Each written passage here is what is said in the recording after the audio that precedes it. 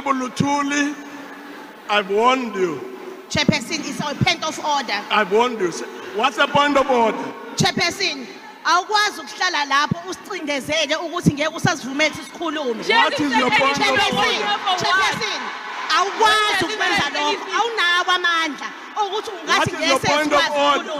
If ungasungilalele ngikhulume, please take your seat. Point of order yami. Please take your seat. Chairperson, number 1, fanele kusiprotect.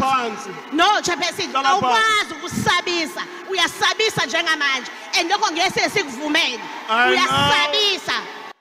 Emva kwesikhashana kuke kwaba nokuphikisana, usihlalo we-NCOP u-MS Masondo ubesacela umengameli Ramaphosa aqhubeke nokwethula inkulumo yokuvala. Umengameli Ramaphosa uthi kubalulekile ukuthi kuthathwe iParliament liyiswe ebantwini ukuze bazi ngezidingo zomphakathi. Ngiyazi ukuthi izidingo zabantu bala e-Ogwini district ziningi kakhulu.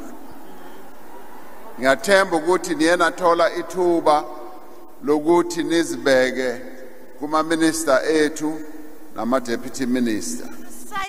Umengameli Ramaphosa uthembise izakhamuzi ukuthi uhulumeni uzoqhubeka nokunika abantu bakuleli isibonelelo sikahulumeni. Kubantu abaningi lapha kunzima ukuphila ngaphandle kwegrant.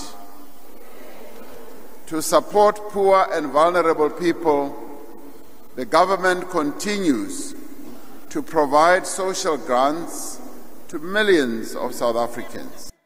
Uthe isibonelelo sikahulumeni esingu-350 sizoqhubeka nangonyaka ozayo. Siyazi ukuthi abanye banezinkinga zokuthola nale mali ye-350.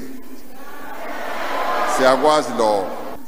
Sithe sizaqhubeka nayo le grant na kulonyaka ozayo. Umengameli Ramaphosa uthi ukwebiwa kwemali komasipala kuphazamisa ukuthunyelwa kwezidingo emphakathini. Kwangathi igebengu zonke zihlangane la komasipala ngoba kulapho imali itshontshwa khona. Qhube wathi komasipala kufanele kusebenze abantu abanamakhono abawuqeqeshelwe lo msebenzi wabo. Sifuna ukuthi abantu abazosebenzela umphakathi komasipala babe ngabantu abanolwazi, abantu abaqeqeshwe kahle, hayi nje umuntu nje ongazi lutho. Uphethe ngokuthi njengoba sewutholile umbiko lonke lelisonto ngemhlangano ye-NCOP Ogwini, ongqongqoshe bazobuya bazobhekana nazo zonke izinto eziphakamiswe umphakathi.